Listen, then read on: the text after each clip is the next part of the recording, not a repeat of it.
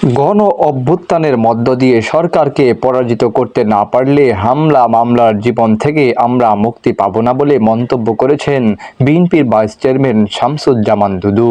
তিনি বলেন, এই সরকারের বিরুদ্ধে জাতিকে ঐক্যবদ্ধ করে রাস্তায় নেমে আসতে হবে। সাফল্য ব্যর্থতা যাই থাকুক না কেন, আমরা যতক্ষণ পর্যন্ত গণ অভ্যুত্থানের মধ্য দিয়ে এই সরকারকে পরাজিত করতে না পারবো, ততদিন পর্যন্ত আমাদের এই কষ্টকর জীবন, কারাগারের জীবন, হামলা মামলার জীবন, এটা থেকে মুক্তি পাবো না। সেজন্য আসুন আমরা ঐক্যবদ্ধভাবে এই সরকারকে গণ আন্দোলনের মাধ্যমে পরাজিত করি।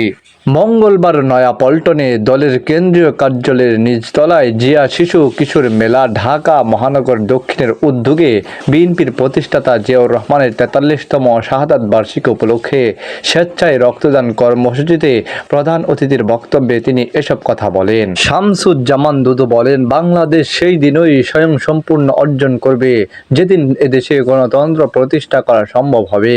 মুক্তিযুদ্ধের মধ্য দিয়ে যে গণতন্ত্র, স্বাধীনতা এবং মানুষের অধিকার আমরা অর্জন করেছিলাম, সেটা পুনঃপ্রতিষ্ঠা করতে পারবে।